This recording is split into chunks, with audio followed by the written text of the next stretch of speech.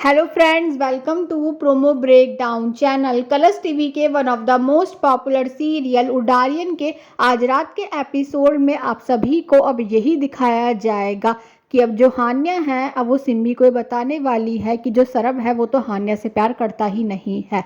और अब जो हान्या है अब वो ये भी कहती हुई नज़र आती है कि अब वो सरब के बारे में नहीं सोचेगी।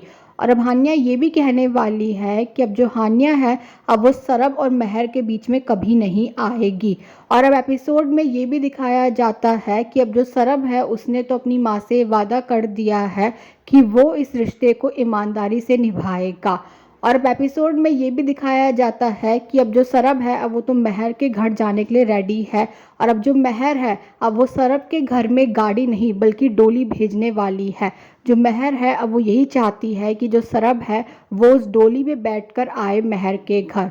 और अब जो सरब है अब वो उस डोली में बैठकर आने वाला है महर के घर। जो सरब है अब वो बहुत ज़्यादा डांस भी करता हुआ नज़र आने वाला है।